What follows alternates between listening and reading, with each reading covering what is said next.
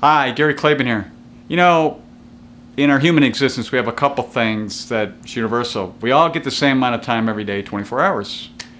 We all get abilities, but they're different. And we all get certain amounts of money, although some has more and some have less. Now, how do we apply this to giving, or otherwise known as philanthropy in a more formal sense? Well, you have, I've heard the terms time, treasure, and talent, which is very similar to this in the regards of those three places. So when we look at it, we say, well, I have so much time on my hands and I want to do something for something of interest to me and the abilities I have that's along the lines of not getting any money for my services, otherwise known as non-for-profit and many times known as philanthropy.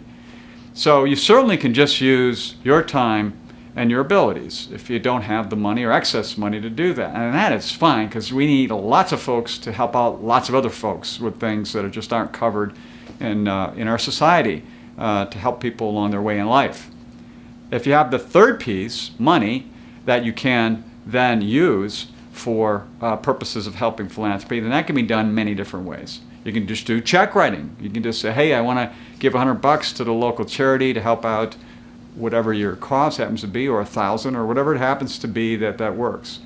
Or it can be even more formal in that you might be doing larger checks or even gifting things like stock to a capital campaign for your church or synagogue, or a campaign to fix up a school, or maybe it's going to be a ballpark or a field or recreation for children and families and so forth.